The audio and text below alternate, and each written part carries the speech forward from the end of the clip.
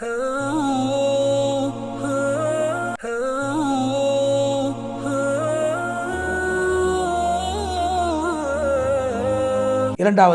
புனித மதீனா முனவ்வராவுடைய ஹுத்பாவை ஹத்தீப் அஹ்மத் பின் அலி அல் ஹுதைஃபி ஹஃபிதஹுல்லாஹ் அவர்கள் இருந்தார்கள்.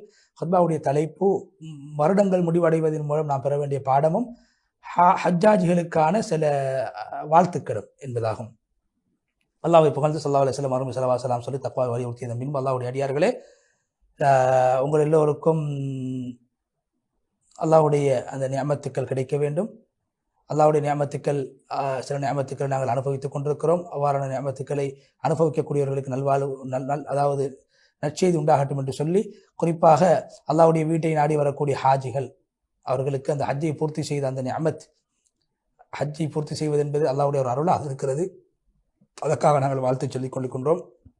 அதே போன்று இந்த நாட்டுடைய அரச தரப்பினர்களுக்கும் நாங்கள் நன்றி செலுத்துவதை போன்று அவர்களையும் வாழ்த்துகின்றோம். ஹாஜிகளுக்கான சகல ஏற்பாடுகளையும் அழகாக செய்து கொடுத்தமைக்கு அல்லாஹ்வுக்கு எல்லா புகழும். அல்லாஹ்வுடைய அந்த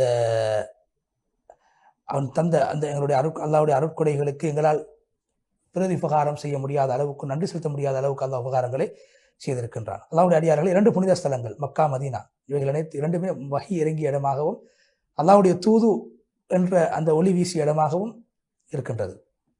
அல்லாஹ்வுடைய வஹி அங்கே இறங்கியது, தூது அங்குதான் உலகத்துக்கு கொண்டு போய் சேர்க்கப்பட்டது. ஒரு முஸ்லீம் அந்த இடத்தை நேசிக்க வேண்டும், அங்கு வர வேண்டும், அவருடைய உள்ளத்தில் அங்கு வர வேண்டும் என்ற ஆசை இருக்க வேண்டும்.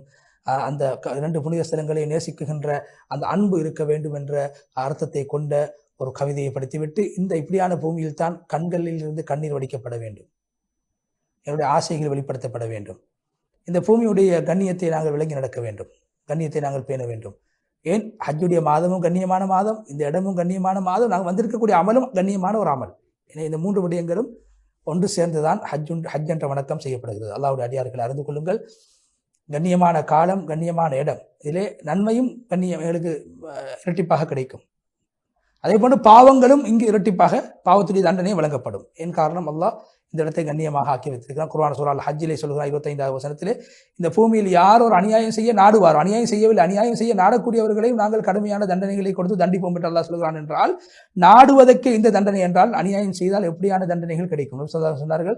மதீனா என்பது புனிதமான பூமியாக, இந்த மதீனாவில் யார் புதிய நூதனங்களை உருவாக்குவாரோ அல்லது நூதனம் செய்யக்கூடியவர்கள் இடமளிப்பாரோ அவருக்கு அல்லாஹ்வுடைய சாபமும் மலக்குமாருடைய மனிதர்களுடைய சாபம் உண்டாகட்டும், அவர் செய்கின்ற எந்த நல்ல அமலும் ஏற்றுக்கொள்ளப்பட மாட்டாது என்று சொல்லி, அல்லாஹ் தஆலா எங்களுடைய அமல்கள் அனைத்தையும் ஏற்றுக்கொள்ள வேண்டும் என்று சொல்லி மிக சுருக்கமாக அந்த ஹுத்பாவுடைய முதல் பகுதியை முடித்துவிட்டு, ஹுத்பாவுடைய இரண்டாவது பகுதி அல்லாஹ் இப்போ வந்து ஸல்லல்லாஹு அலைஹி வஸல்லம் அருமை ஸலவாத் ஸலாம் சொன்னதுக்கு பின்னால் தக்வாவை வலியுறுத்தியதன் பின்பு அல்லாஹ்வுடைய அடியார்களே, ஹஜ்ஜுடைய மாதத்தை முடித்ததற்கு பின்னால் நாங்கள் இன்னும் ஒரு புதிய ஒரு வருடத்தை நாங்கள் ஆரம்பிக்கின்றோம். ஹஜ்ஜுடைய மாதம் கடைசி மாதம் முஹர்ரத்தை நாங்கள் ஆரம்பிக்க இருக்கின்றோம். காலங்கள் சென்று கொண்டிருக்கின்றன, மிக வேகமாக சென்று கொண்டிருக்கின்றன. எனவே நாங்கள் எங்களுடைய சென்ற காலத்திலிருந்து படிப்பினைகளை பெற வேண்டும். காலங்கள் அது போகும் வரும்.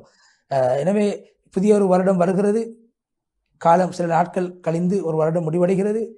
இவ்வாறு தான் வாலிபம் அது வயோதிபத்தின் பால் சென்று கொண்டிருக்கிறது.